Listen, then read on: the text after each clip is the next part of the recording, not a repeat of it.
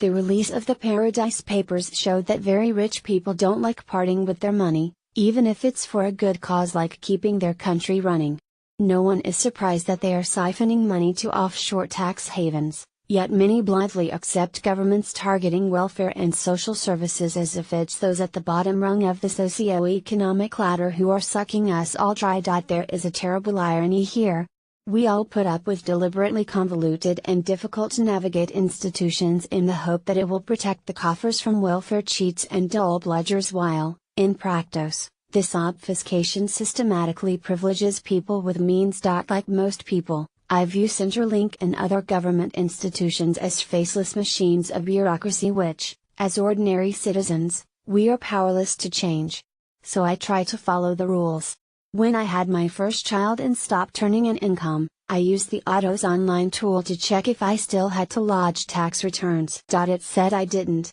But last month, I linked my MyGov account to the Auto and it told me those tax returns were overdue. I filled them out. It turns out that late tax returns render my family ineligible for the single income family benefit. Which is why Centrelink sent my husband a letter saying we owed them $600. Nice loophole, guys. You gotta stop. There's an argument to be made that it's up to us to know the rules and follow them? Complaining about not getting a handout could be criticized as evidence of an undue sense of entitlement.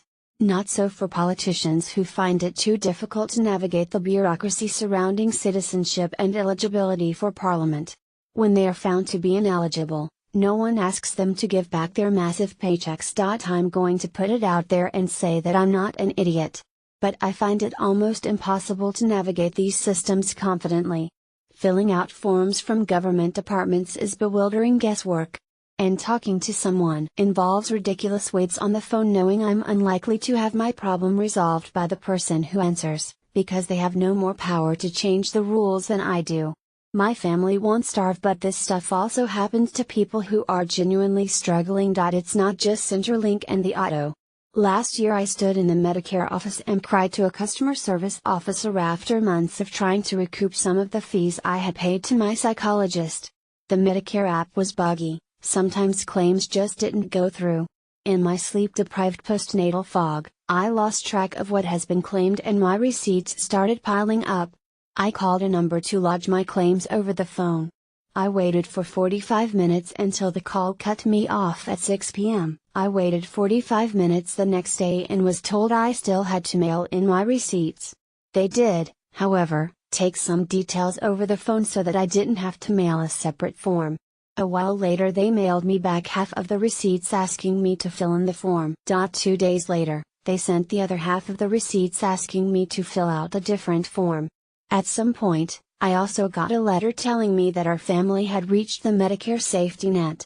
Despite an automated system that picks this up and notifies me, I still had to fill out another form to claim those benefits. I lost the form. That's when I went into the Medicare office. From the moment I walked into the place, I felt like an untrustworthy citizen. There were signs telling me to alert a staff member should I need to access a toilet. There were signs warning me not to be aggressive. I waited for 45 minutes in there too. Our systems make us jump over hurdles to discourage people from claiming benefits they don't need. For the privileged, benefits like tax breaks, subsidies and Medicare rebates don't represent utility bills or food on the table, it's just more money in the investment account. But then, the hurdles must look so small to them that they may as well step over them and pluck out whatever they can, or, to be more accurate, their accountants are doing it for them. We hear a lot about welfare cheats who apparently rort the system. We hear nothing about all of the people who never make it to the point of claiming the benefits they are entitled to because they can't make it over the hurdles that are deliberately placed in front of them. Nor about those who never even realize what they are entitled to in the first place. And that, right there, is the big difference between the haves and the have-nots. It's not a difference in work ethic or a difference in their sense of entitlement to benefits, subsidies or tax breaks.